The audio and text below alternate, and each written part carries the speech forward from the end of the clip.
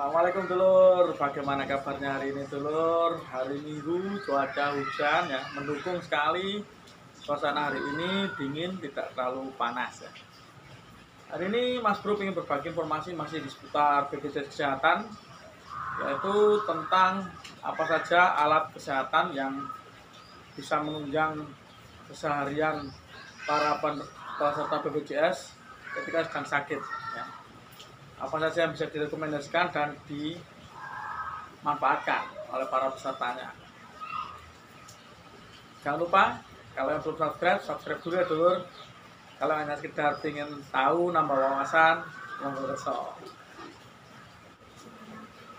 Jadi ketika kita mengalami resiko sakit dan harus memerlukan alat bantu tambahan ya, peserta BPJS bisa memanfaatkan alat bantu yang akan direkomendasikan oleh dokternya atau DPJP-nya, dokter penanggung jawab pasien di vaskes pertama maupun vaskes rujukan ya.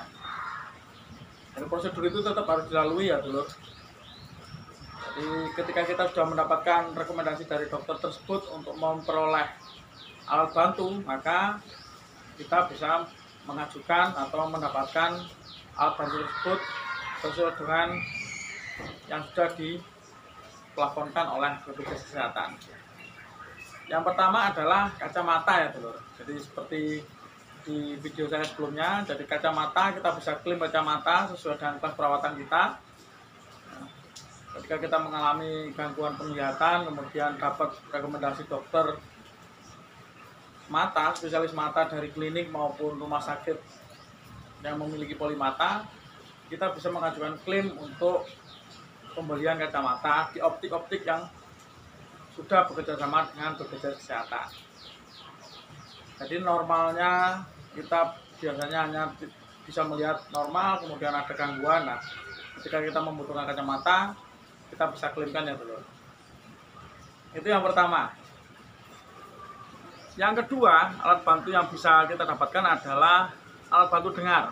Jadi untuk dulur-dulur semua yang saat ini mengalami gangguan pendengaran ya, kemudian oleh dokter DPJP-nya disarankan untuk menggunakan alat bantu dengar, maka alat bantu dengar ini juga bisa diberikan bantuan oleh BPJS berupa pembelian alat bantu dengar. Nah, ini ya bisa diklaimkan untuk satu telinga ya. Satu telinga ini sekitar angkanya di 1-2 juta rupiah satu telinga ya. Jadi kalau dua berarti dua. Kemudian nanti masa penggantiannya adalah setiap 5 tahun sekali. Ini juga sama, kita bisa dapat dari fasilitas kesehatan rujukan atau juga dengan apotek atau klinik yang menyediakan alat bantu dengar ya. Kan sudah bekerja sama dengan BPJS Kesehatan. Yang ketiga adalah protesa gigi atau gigi palsu ya. Jadi untuk dulur-dulur semua yang mengalami kerusakan gigi kemudian setelah dicabut dan memerlukan untuk penggantian gigi palsu, jika gigi palsu tersebut memang disarankan oleh dokter spesialis gigi ya, dokter gigi menyarankan untuk pemasangan gigi palsu setelah scaling dan lain sebagainya, maka itu bisa juga di cover oleh BPJS Kesehatan.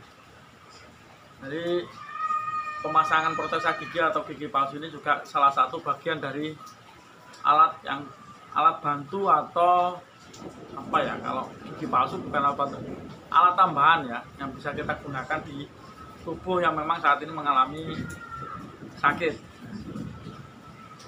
Yang keempat adalah penyangga leher ya.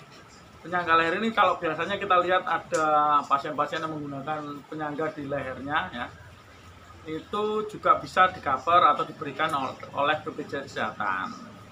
Jadi biasanya untuk yang mengalami cedera di sekitar leher ya, itu oleh dokter spesialis ortopedinya akan diberikan rekomendasi untuk mendapatkan penyangga leher sebagai salah satu bentuk terapinya atau alat bantunya.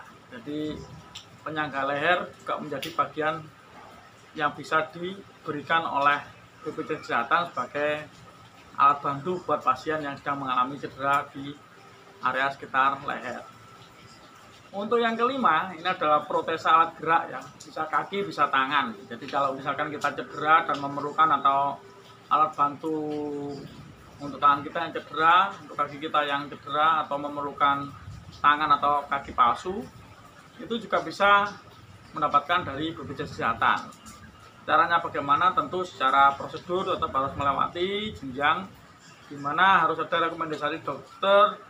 Kalau misalkan untuk yang ini berarti dari dokter ortopedinya. Nah, jadi mereka menyarankan seperti apa dokter spesialis tersebut, sehingga dulur-dulur yang mengalami cedera tersebut bisa mendapatkan alat bantu gerak ya, alat bantu gerak untuk kaki ataupun tangan yang mengalami gangguan. Dan yang keenam adalah alat bantu gerak atau penyangga kaki, kruk ya, kruk. Kalau biasanya orang kruk kalau mengalami patah kaki, ya, itu dapat kruk, itu juga bisa didapatkan ketika kita sudah menjadi peserta BPJS Kesehatan. Ya. Itu tetap sama prosedurnya, harus melalui rekomendasi dari dokter ortopedi. Jadi kruk itu juga bisa kita dapatkan sebagai salah satu fasilitas ketika kita mengalami cedera pada kaki. Karena kita butuh menyangga kaki kita dan harus menggunakan kruk, maka dokter akan merekomendasikan pemberian atau kita dapat resep untuk menebus kruk tersebut ya. Dan bisa kita gunakan sebagai alat bantu gerak kita dan beraktivitas seperti biasa. Dan yang ketujuh, itu juga masih ada yang namanya jaket penyangga tulang. Nah, ini bentuknya kayak korset ya, Dulur. Ini biasanya untuk dulur-dulur semua yang mengalami cedera di area punggung ya, dan memerlukan alat bantu untuk punggungnya untuk tegak lagi atau cedera untuk meluruskan tulang belakang dan sebagainya, dokter akan merekomendasikan pembelian alat ini ya. Dan alat ini, jaket penyangga punggung, itu juga bisa menjadi alat bantu yang di cover oleh BPJS ya, diberikan layanannya oleh BPJS. Jadi kita sebagai pasien juga kadang-kadang harus selalu bertanya kepada dokternya, kira-kira saya ini butuh alat bantu apa, kemudian apakah saya bisa mendapatkannya dengan fasilitas dari BPJS. Ya mungkin memang kalau misalkan harganya terlalu mahal, kemudian covernya cuma sedikit ya, yang penting kan sudah ada bisa meminimalkan pengeluaran kita ya. Jadi misalkan harganya 3 juta, kita di cover 1 juta, berarti kita hanya mengeluarkan 2 juta rupiah saja. Jadi banyak hal yang harus kita gali, kita ketahui tentang manfaat dari BPJS Kesehatan. Tidak hanya sekedar kita punya kemudian kartunya aktif atau tidak, tapi juga kegunaannya apa, manfaatnya apa, bagaimana cara kita mendapatkannya, bagaimana cara kita menggunakannya, itu juga sangat perlu sekali ya, Dulur. Jadi semoga informasi dari Mas Bro ini juga selalu bisa memberi inspirasi dan memberikan wawasan tambahan buat dulur-dulur semua. Terima kasih yang sudah selalu setia menyimak channelnya Mas Bro. Jangan lupa yang belum subscribe ya, subscribe saja dulur, gratis. Tapi kalau yang cuma mau lihat ya nggak apa-apa lah.